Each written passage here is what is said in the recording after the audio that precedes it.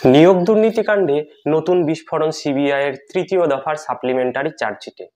কালীঘাটের কাকু ওরফে সুজয় কৃষ্ণ ভদ্রের এক গোপন অডিওতে শোনা যাচ্ছে দুর্নীতির আসল চেহারা। পার্থ চট্টোপাধ্যায়, অভিষেক বন্দ্যোপাধ্যায়, মানিক ভট্টাচার্যের নাম উঠে এলো এই চার্জশিটে। কিন্তু কে আসলে এই অভিষেক বন্দ্যোপাধ্যায়, যারা অবৈধভাবে 6.5 লক্ষ টাকা দিয়ে চাকরি নিয়েছে, তাদের কাছ থেকে আরও 15 কোটি টাকা তোলার নির্দেশ দেন কালীঘাটের কাকুকে? টাকা না দিলে নিয়োগ আটকে দেয়া, গ্রেফতার করিয়ে দেওয়া বা দূরে ট্রান্সফার করিয়ে দেওয়ার হুমকি দেন জনৈক অভিষেক বন্দ্যোপাধ্যায়।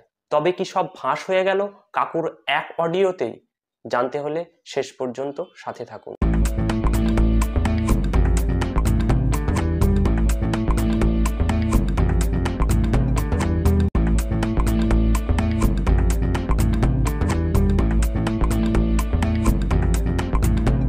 প্রাথমিক শিক্ষক নিয়োগ দুর্নীতিকাণ্ডে বড় বিস্ফোরণ। সিবিআইয়ের চার্জশিটে উঠে এলো এক চাঞ্চল্যকর অডিও ক্লিপ, যেখানে শোনা যাচ্ছে পার্থ চট্টোপাধ্যায়, অভিষেক বন্দ্যোপাধ্যায় ও মানিক ভট্টাচার্যের নাম। সিবিআই তাদের জমা দেওয়া চার্জশিটে জানিয়েছে 2017 সালে কুন্তল ঘোষ ও শান্তনু বন্দ্যোপাধ্যায় এক গোপন বৈঠক করেন কালীঘাটের কাকু সুজয় কৃষ্ণ ভদ্রের বাড়িতে। সেখানে উপস্থিত ছিলেন আরও দুই ব্যক্তি, অরবিন্দ রায়বর্মন ও সুরজিৎ চন্দ। সেই সময় কুন্তলের নির্দেশে তার এক সহকর্মী মোবাইলে পুরো কথোপকথন রেকর্ড করেন, যা পরে ল্যাপটপে সংরক্ষণ করা হয়। তদন্তে নেমে সিবিআই সেটি উদ্ধার করেছে। সিবিআই এর দাবি, সাক্ষীদের মধ্যে কয়েকজন এই অডিওর সত্যতা স্বীকারও করেছেন। সিবিআই চার্জশিট অনুযায়ী এই অডিওতে শোনা গেছে যে সুজয় কৃষ্ণ ভদ্রকে বলা হচ্ছিল বেআইনি নিয়োগের জন্য আরও 15 কোটি টাকা দিতে। কিন্তু কে বলেছে এই টাকা দিতে?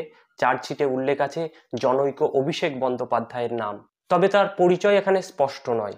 সুজয় কৃষ্ণ বলেছেন তিনি টাকা দিতে পারবেন না, কারণ চাকরি প্রার্থীদের কাছ থেকে আগেই 6.5 লক্ষ টাকা করে নেওয়া হয়েছে।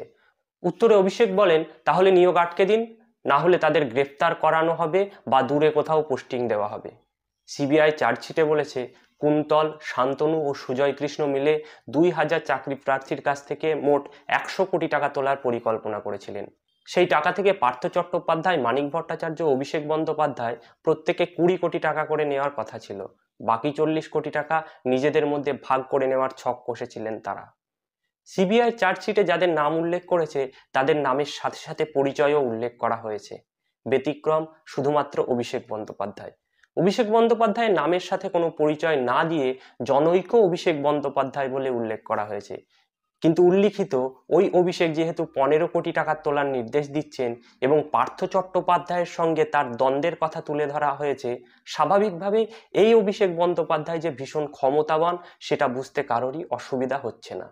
তবে প্রশ্ন উঠছে, সিবিআই চার্জশিটে নামের সাথে সবার পরিচয় দিলেও অভিষেক বন্দ্যোপাধ্যায়ের কোনো পরিচয় কেন দিলেন না? ইতিপূর্বে আমরা দেখেছি নিয়োগ দুর্নীতি নিয়ে আদালতে সিবিআই এর আইনজীবী হিসেবে তৃণমূলের সবচেয়ে ভয় ছিল অ্যাডিশনাল সলিসিটর জেনারেল বিল্লদল ভট্টাচার্য। নিয়োগ দুর্নীতির সমস্ত তথ্য তার নখদর্পণে ছিল। কেন্দ্রীয় সরকার হঠাৎ করে সিবিআই এর আইনজীবী হিসেবে তাকে সরিয়ে দেয়। বিচারপতি হিসেবে তৃণমূল যুব নেতার সবচেয়ে ভয় ছিল প্রাক্তন বিচারপতি অভিজিৎ গঙ্গোপাধ্যায়কে। দ্রুত বিচারের জন্য তিনি যেভাবে সিবিআইকে ভর্ৎসনা করেছিলেন তাতে যথেষ্ট চাপে পড়েছিল তৃণমূল নেতৃত্ব। তিনি এখন বিজেপির এমপি হয়ে পার্লামেন্টে। অনেকে অভিযোগ করেন বিচার কার্য থেকে অভিজিৎ গাঙ্গুলিকে সরানোর জন্যই দিল্লির সরকার আর রাজ্য সরকার মিলে অভিজিৎ গাঙ্গুলিকে পার্লামেন্টে পাঠিয়েছে। এছাড়া সারদা নারদা সহ তৃণমূলের একাধিক দুর্নীতির তদন্ত মাঝপথেই থেমে গেছে। আদালতে সিবিআই এর আজকের চার্জশিটে অভিষেক বন্দ্যোপাধ্যায়ের পরিচয় উল্লেখ না করাতে অনেকে তদন্তের মধ্যে সিঁদুরে মেঘ দেখছেন। তবে শেষ কথা বলবে সময়।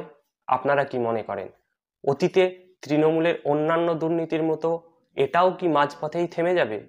তবে কি সাধারণ মানুষ সেটিং বলে অভিযোগ করছেন সেটাই সত্য বলে প্রমাণিত হবে? কমেন্ট করে অবশ্যই আপনাদের মতামত জানাবেন। ধন্যবাদ।